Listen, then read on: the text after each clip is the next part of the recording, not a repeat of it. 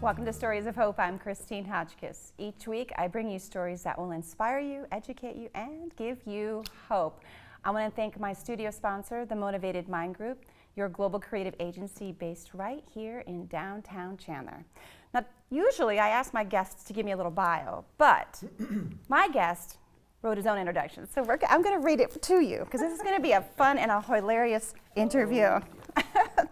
My guest today is an improv comedy coach and business humor consultant. We're going to have to figure out what that is.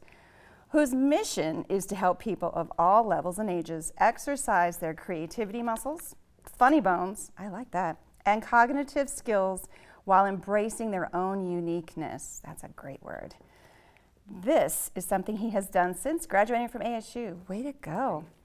And though he has had struggles with addiction, anxiety, and being diagnosed with ADHD, his purpose and passion have only gotten him stronger. Please help me welcome my guest today, Sean Hoylarious. Hoy. Yes, hello. Finally! Oh my gosh, it's been a while and I so appreciate it. This is wonderful.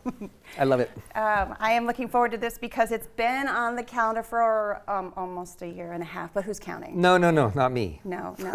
I was a follower of yours on social media. I mean, who follows anybody on social media? And I was just like, oh, wow, that's cool. And then I'm a part of the film festival here in Chandler. And you were there as the MC. Yeah. And I was like, wait a minute, I know that face. Yeah, remember that? Yeah. And then I said, oh my gosh, I thought you were shorter. Or remember? No, but it was a compliment. and you were taller. And I was like, yeah, you're my people. You're like, you're taller than I thought you were. And I looked at it and I go, what? That was such a compliment. I'm like, so darn social media. You just don't know what to believe. You do not know. That's just it. So, with all kidding aside, this has been fun, but before let's dig into this. Not everything has always been fun and humorous. You had some struggles that I just talked about in your intro. Yeah, we talked about, so we're going to start in the beginning. Yes. Of course, we always do. So I've always been, I call myself Sean Hoylarious Hoy, which is wonderful. I'll tell you how I got that moniker in a little bit. But I was always the class clown. Always having fun. My gosh, in the fourth grade, I remember doing comedy shows, and I was always my talents have been doing shows and drawing cartoons. Fun. Then we progressed forward, and just to let everybody know, a little foreshadowing is we're Irish Catholic. So, and the reason I say that is, so about when I got to be about 13, 14, that's when, and now I can call it, my addiction started with alcohol. Oh. We started drinking very young. Whoa. Yeah. And so to me, I mean, it was so much fun. I didn't need alcohol at the time, but I just progressively kept like drinking. I'd be the guy that would be like the life of the party and then go, what? You know, and not remember things, blacked out so much. But my dad at the time would say, no, that's normal. We're Irish Catholics. That's what you do. Okay. So understanding what Irish is, I have exactly. Irish in me, so I totally get it. And I'm not knocking that sort of, but No? yeah, it was just more or less embedded in us. Okay. If that makes any sense. And that, so when we're using the word addiction, that's when I became, and I never really called it addiction until I've been sober for 16 years. Never even thought about it as addiction. Okay. And that was coupled with a recent diagnosis, which again we'll talk about, is ADHD. I think I qualify. I think most of us qualify for ADHD. Yeah. But tell me how you feel that is, it was against you versus for you. Actually, everything, this sounds crazy, but I think it's all a positive. Mm-hmm. So there are superpowers in which I do have, and yeah, the words or the acronym ADHD is thrown around a lot. People are guessing, oh, they've got ADHD, but definitely after the diagnosis, which was official about a year ago, I do have all those qualities and those things that make me like, you know, very impulsive, super creative. I probably have never held a real job, as they say. I mean, I went to ASU, graduated, did all that stuff. But I've always been in the creative end. Mm-hmm. I'm a gig worker. Mm-hmm. But I've tried to hold, I would say 13, 14, 17, 1,800 different jobs. And I'm terrible at them, but I felt bad and a lot of guilt. And I thought, oh my gosh, I'm just not the normal, but I know what I'm built for. And I know these superpowers with my ADHD reading about it, it definitely, if I stay in my lane, I'm okay. But if I drift over. Oh, you said a phrase I'm very familiar with, stay in your lane. I'm like, no, you're coming in my lane and we're doing this together. Yeah. So I got the ADHD thing. And It used to be one of those things, because I know I have a boy, and they went, oh, boys have it the most. I'm like, I don't think everybody has it. It's just at different levels.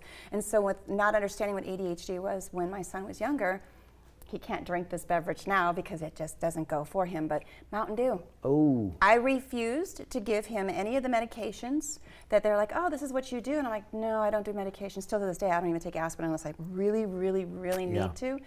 And so as my son got older, he would try to drink Mountain Dew to get that rush, and he's like, it's not working. And I was like, it's because it worked somewhere else, so it makes him crash. Did he originally, when he drank Mountain Dew, did it make him feel? Tired. Okay, but it didn't. It brought him down. So with that said, and going back to the alcohol, it was interesting because when I did get introduced, and knowing that I had ADHD ever since I was young, when I drank, there was about a half hour of like euphoria, which I probably felt normal. Oh. Seriously, I'm being very honest with this. And that would happen to me, not periodically, just through the years and years and years of drinking. I would go, I want that mini high, but then I would drink too much because I wanted to keep that. And now reflecting, going, wow, I was trying to be normal. Like my brain works super quick, and then we'll get into other things of what I do, as in like improv comedy and things like that, that is my superpower. It's great that I can think quick. But other times, it's not so good because I'm super impulsive. So now I drink coffee, and coffee takes me to a good place. You know, the dopamine rush is there, and I exercise a lot. So I do more natural things now to get that, because it's that dopamine that we're looking for that we can't produce with ADHD. That's like the physiology. I'm not trying to get too in depth, but man, I've been reading so much, and it's been neat because with my addiction and other things, I want to help other people, like you said. So. And that's why I bring people on here, is because someone has to get real about their addictions or their losses or whatever their grievances are, so that someone else can say, oh, I'm not such a bad person, or I'm not the only one. And I have to pull back on that one, because when you said you didn't have a normal job, who's qualifying what normal is? Yeah. But it's like, oh, you have a corporate job, you graduate from school, you go here, and it's like a structure of some sort. And I'm with you on the whole normal thing. It's like, well, if I'm doing something that I've been gifted with, it's normal for me, and it's doing well, like this here. I've had a few people in the beginning, I'm sure you heard it too, you should be doing something else. Oh, did they say, oh? I have heard that. No. But look where I'm at. Hello. I guess I don't listen very well either. No, but that's the good thing. You're on your own path of what you're doing, and it's in here. And I think that we're born with it's inside of us, and we unlearn things in school, and we're taught, like, I used to hold my pencil like a lefty, but I wasn't a lefty, and the teacher's like, you've got to hold your pencil the right way. But I was like, why? Like, why am I unlearning all these attributes and these things we have? And as we progress, and that, when I go to different businesses, and I've been dealing with like a lot of the seniors, of older people, senior-wise. That's not us as seniors. That's a different senior level. No, yeah, but older. It's just funny. They're still taught, like, no, Sean, we can't go, you know, and I'm like, improv, you guys, anything counts, you know. There's a few rules, but yeah, and so one of my missions as well is to be like, just be yourself. And I don't mean to knock a normal job. We need normal jobs, and there's people out there that couldn't do what we do because they would just go crazy. That goes the other way around too. Yeah.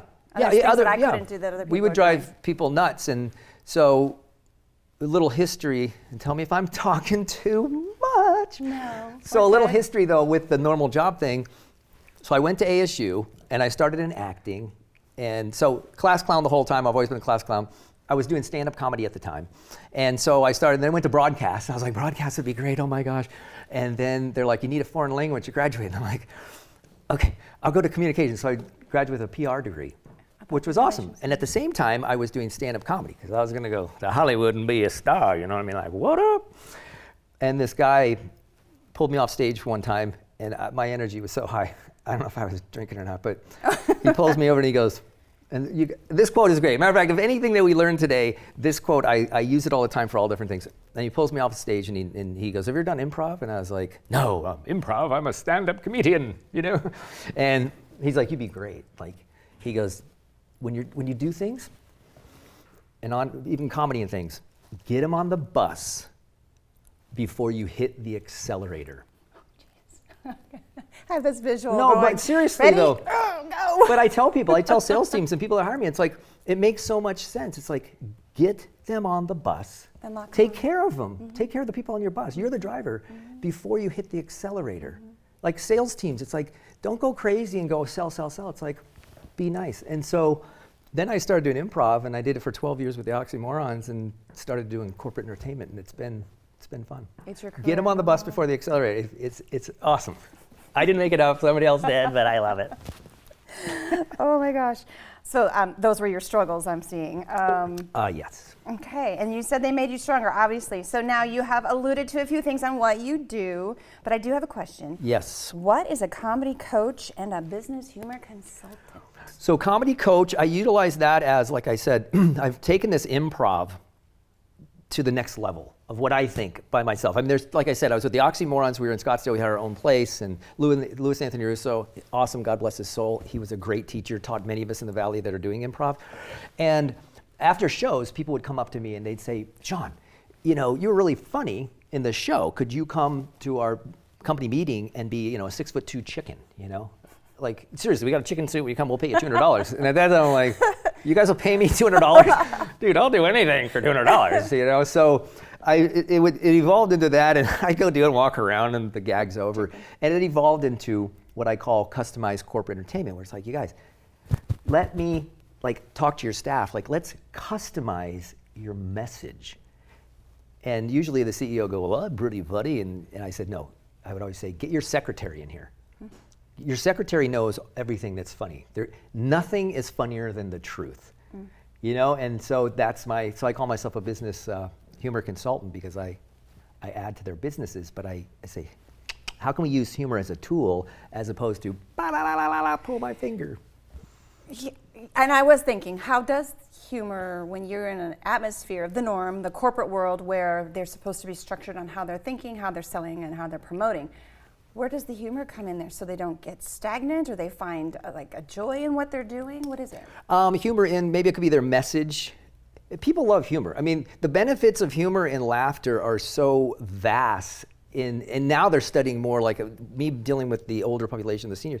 The cognitive skills and what it does is we're built to laugh. Like, we are built for humor. It's a survival technique that the cavemen probably came up with. And you don't hear much about it, because as soon as I do say comedy, people are like, oh, do you do clean comedy? And I was like, you guys, I'm just the vessel. I'm going to come and help write your comedy, you know, the truth.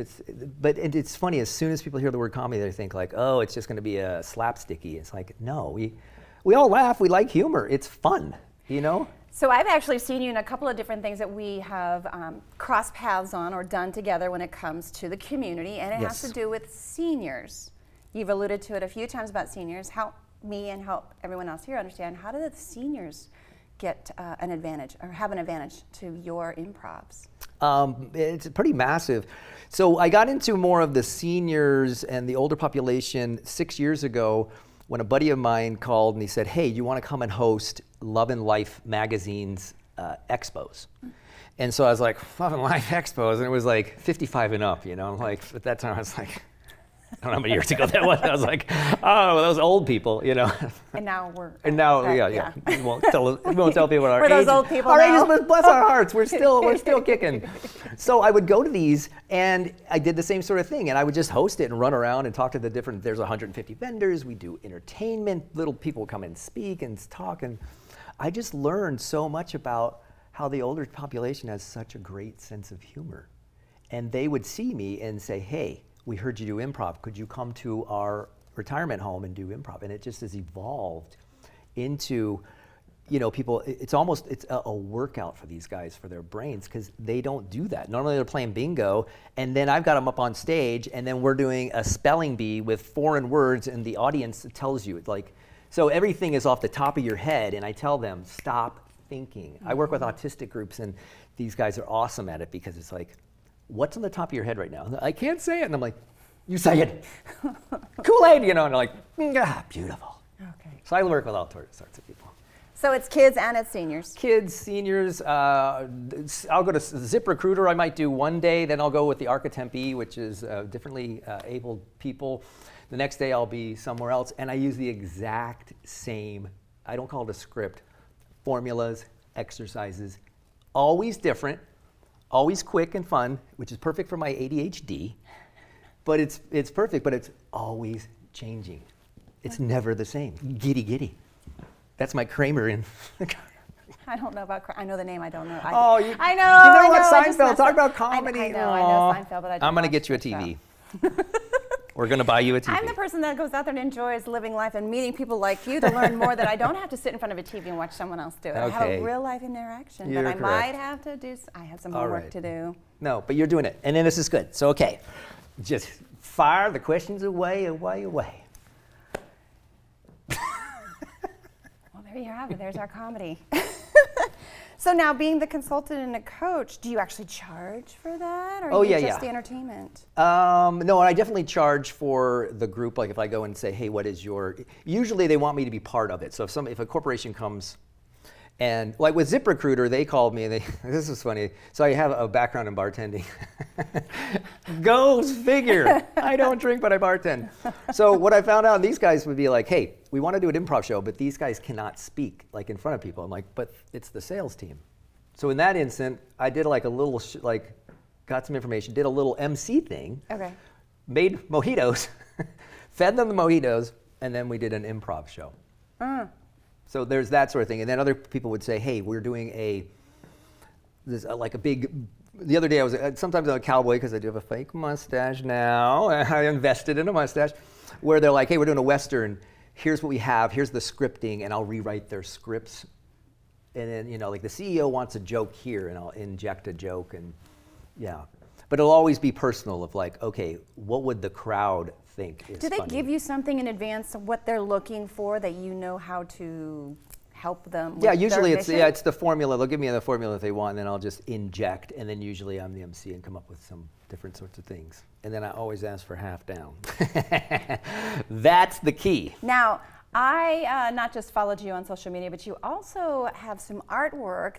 Yes. Tell me about the artwork. I feel that that's another talent that you have. You probably don't do it as much, but that's what I remember you doing, and it's very uplifting. So, remember the 4th grade story that I told you? So when I was young, the 3 things that or 4 things, so I've probably only done 4 things in my life that I really are my superpowers. So drawing, I always did drawing cartoons. And I would sell little cartoon sheep for like 10 cents. Yeah, I was making money. You drew the sheep and I would give then them to sold people. them? Yeah, they're like, will you draw me a cartoon sheep? So I've always drawn, and I was going to start and then so when I went to ASU, it was awesome because I've always drawn cartoons, and then I got hired for the 4 years I was there as the editorial cartoonist. So I graduated in '93, and I was all excited because I was like, I am going to be the most famous editorial cartoonist ever. Which I did do, but then papers started going like this. And then, I just did a lot of freelance sort of things. Then I went to Home Depot and bought paint.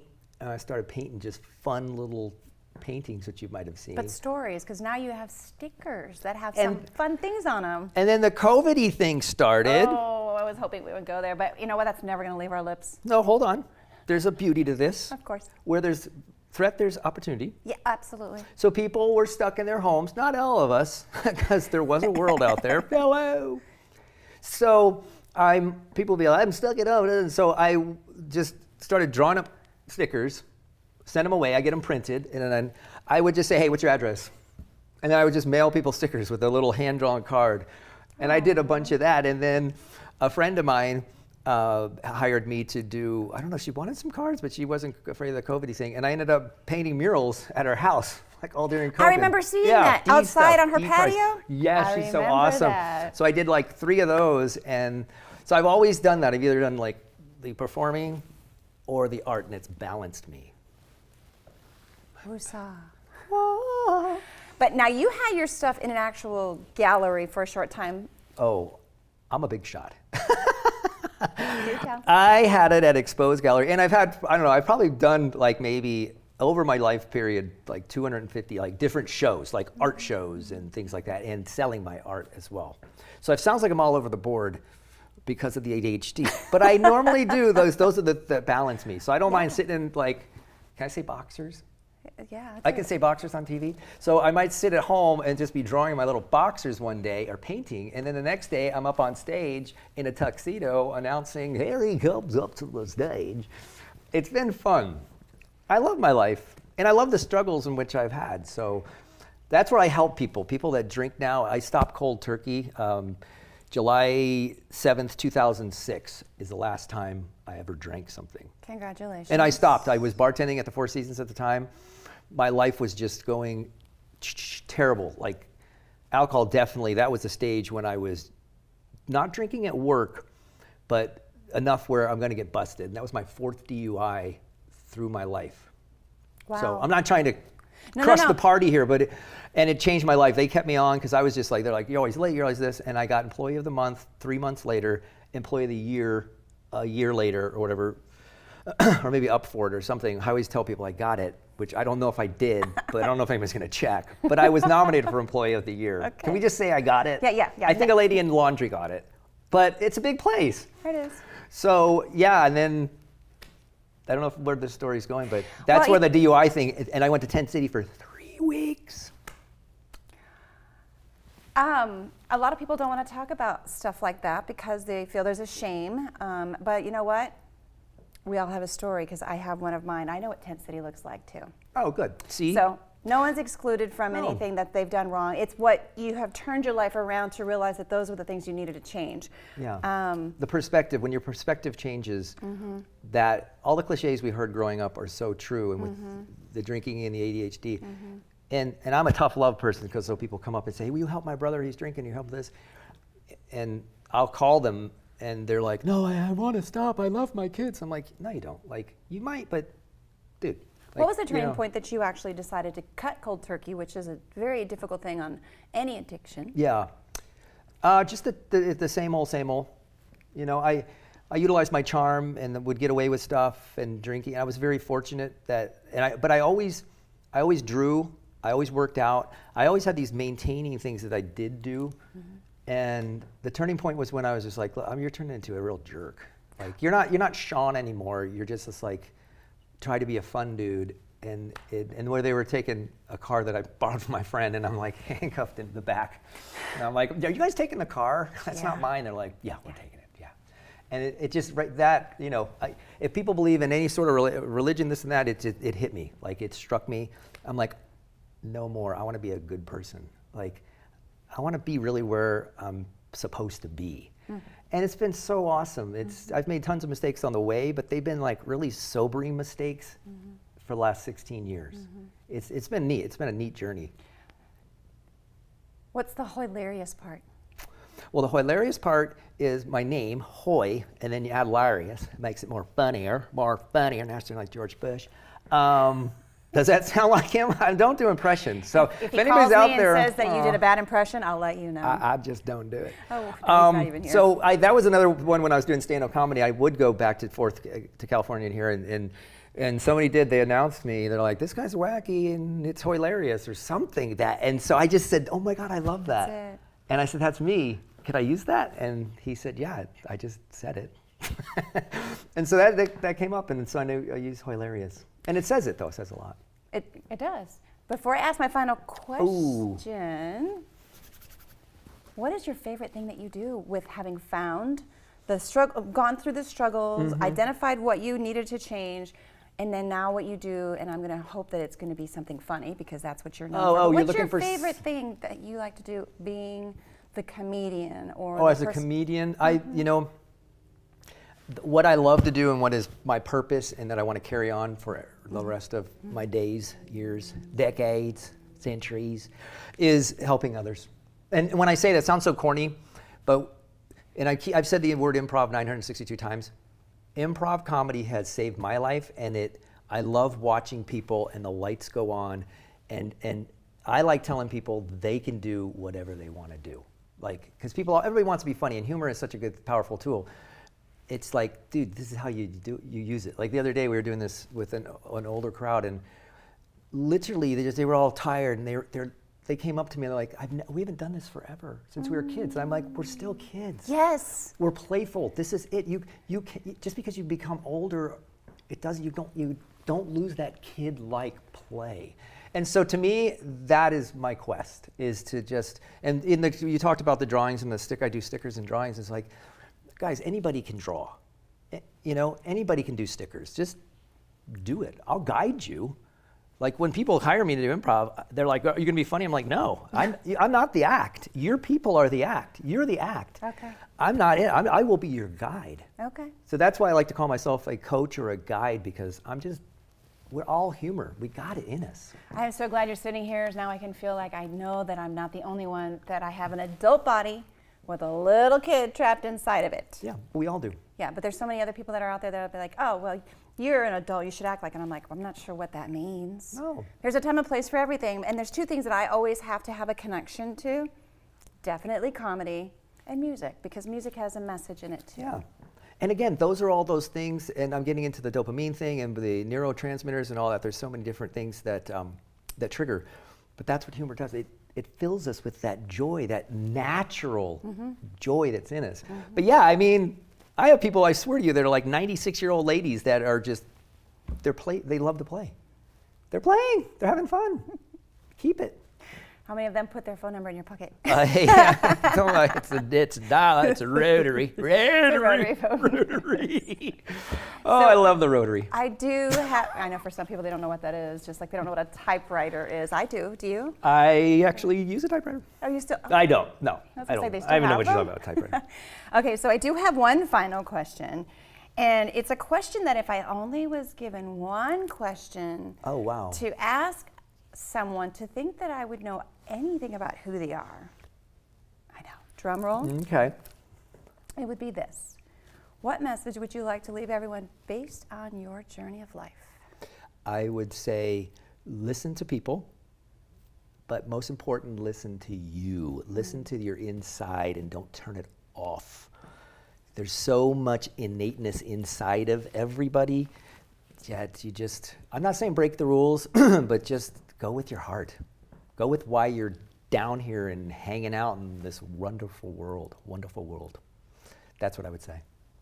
I like that. Yeah, it's just be you. It sounds so corny, We but hear it's so it true. be said all the time, be you, and some people are like, I don't know who I am. Or you said purpose, I say purpose. Now when they're like, I don't have a purpose. I say porpoise.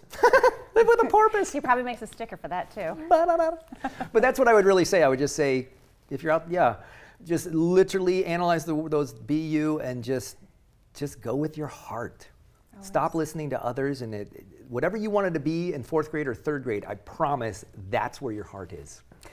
You know, you said 3rd and 4th. Mine was more like 6th grade. My Or mom, 6th.